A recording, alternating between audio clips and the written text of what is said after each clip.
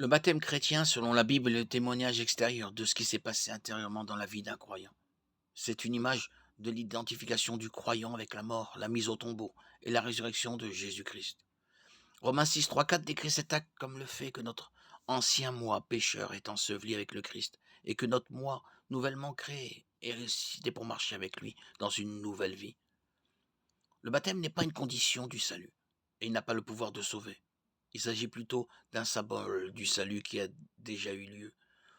Nous sommes baptisés afin de montrer ce fait aux autres. C'est pourquoi de nombreux baptêmes sont accompagnés d'un témoignage oral donné par la personne baptisée.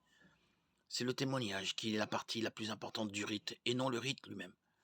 Si la Bible est claire sur le fait que l'immersion est le mode de baptême approprié, elle ne dit nulle part ce qu'il faut faire dans le cas où une personne doit être baptisée, mais ne peut pas être immergée dans l'eau. Certains proposent le baptême par aspersion ou par versement.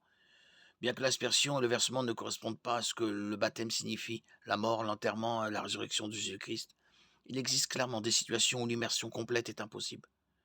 Une personne qui ne peut pas être baptisée par immersion devrait se présenter devant un groupe de croyants et déclarer publiquement sa foi en Jésus-Christ, seul pour le salut, son engagement envers lui et son identification avec lui.